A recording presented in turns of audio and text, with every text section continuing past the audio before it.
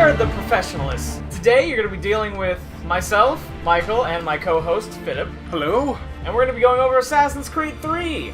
So despite the title, this Assassin's Creed 3 is actually the 5th main installment, including Brotherhoods and Revelations. But anyways, this game was released October 30th of 2012.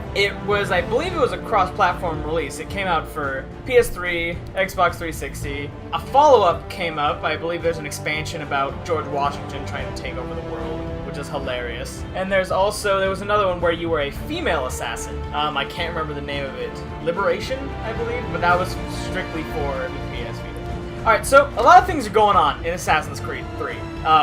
Just like all the other games, there's a lot of things going on. There's a whole bunch of different side things you can do. We're going to break it down. The first one we're going to go over is the first plot line, which is the plot line that's going to extend over most, if not all, the Assassin's Creed games. I don't remember. And that's the one following Desmond, the guy who you are when you're not inside the Animus. When you start out the game, Desmond and his friends, which I assume he meets in number 2, I don't know, I've never played it, find this remnant of the ancient civilization, and they're using it as their temporary base of operations against fighting the Templars. Using the Animus to enter parkour art online, Desmond works his way through Connor's story, and also is working with brief glimpses of the ancient civilization, but through that they're trying to stave off the December 21st apocalypse, which is basically kind of the running thing they're trying to prevent given the 3 games in a row. Alright, so the other plotline, the one that, like the other 2, kind of follows strictly towards this game, is the one of the assassin that you play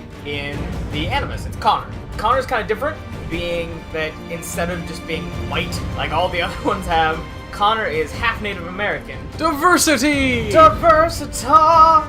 And half European, but we can't ask for everything at once. He's born in 1756 to Hatham Kenway. At the age of about 4, Connor sees his mother, as well as the rest of his village, destroyed by European settlers. But the main part of it is he sees one of Hatham's people, Lee, is the one who's heading the attack. And so Connor swears vengeance, which is like the driving force behind the rest of the game. As Connor gets older, he was taken up by a neighboring tribe, and he learns about a plan to buy out the people's land in the valley. And so he goes off to seek out the assassins, who he learns of through the power of one of I believe it's the Apple of Eden, which is one of the ancient technologies. And then he meets up with an old assassin trainer who's like an old African-American guy, and he trains him in the art of assassinating, which allows Connor to kind of take his part in what he wants to do as try to protect his people,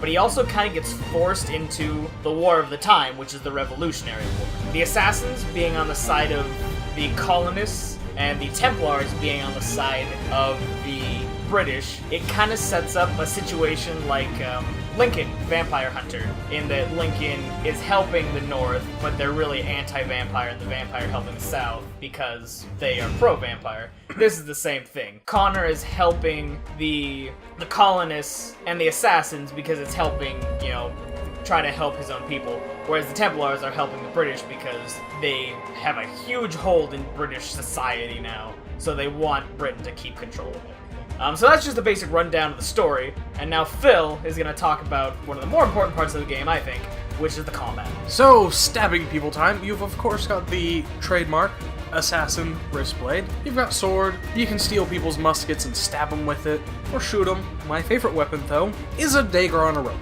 Basically climb up a tree, throw that down at somebody, jump off a tree, hang them. It's beautiful. It's really one of my favorite ways to kill people. There are plenty of branches that hang over roads. You just wait there, and then you hang somebody, fall down, and kill 2 people on your way down. It's great. Yeah, you do have 2 wrist blades, I think that started in Assassin's Creed 2. You can also use a variety of swords, axes, hatchets, knives for stabbing and throwing. As in the earlier Assassin's Creed games, you don't just go and mash the attack button and fight people. You have to block, parry, make an opening, throw them to the ground, counter and instantly kill somebody, counter and steal their weapon and then kill them with that. It's more interactive in the fighting than a lot of other combat games where I'm going to run up to you and bash you in the head. You can also hide in a bush, whistle, wait for them to come close to the bush, and then they vanish within the bush and are dead forever.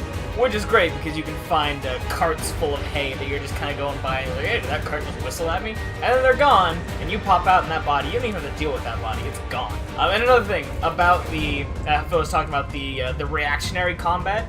It's great, because most peons, you can do any of the buttons. You can throw them, you can steal their weapon, you can instant kill them.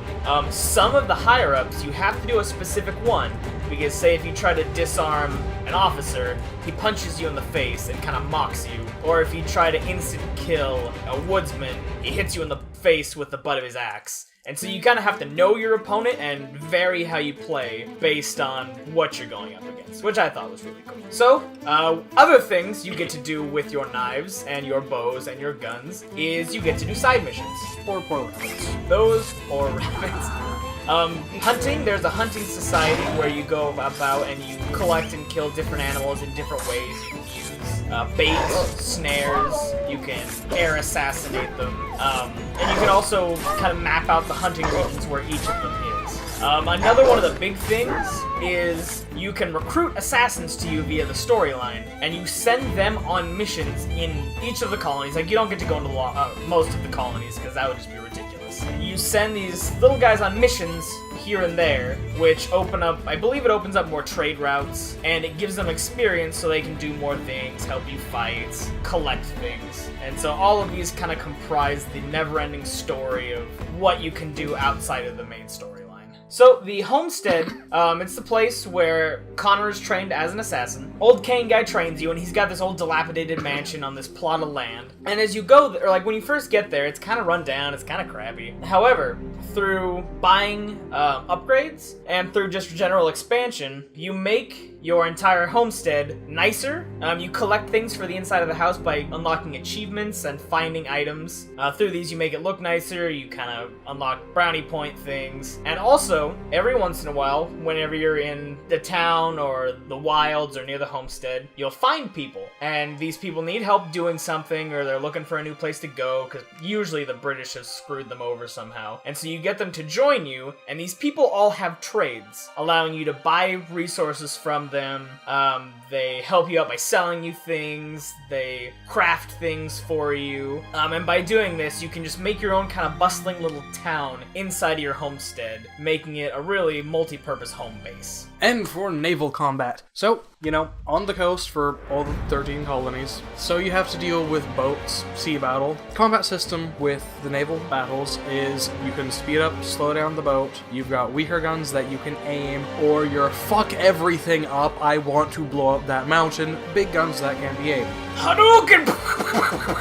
But the best way of doing naval combat is just ram the shit out of things. There's an upgrade you can get. It's basically, you just put a big piece of steel on the front of your ship, and then you can just ram things to death. It's a lot easier than, catching up to something, turn sideways, shoot them. Nope, just rush them. Doing naval missions lowers the tax on items you are selling in different colonies, opens up more trade routes, is part of the storyline, so you're stuck with it at times. And I like how it's an added thing in this game because it's so much different than the combat throughout the rest of the game. It was a good addition. It adds just another little thing you can do. That's really it for naval missions. And that's where we leave. Good.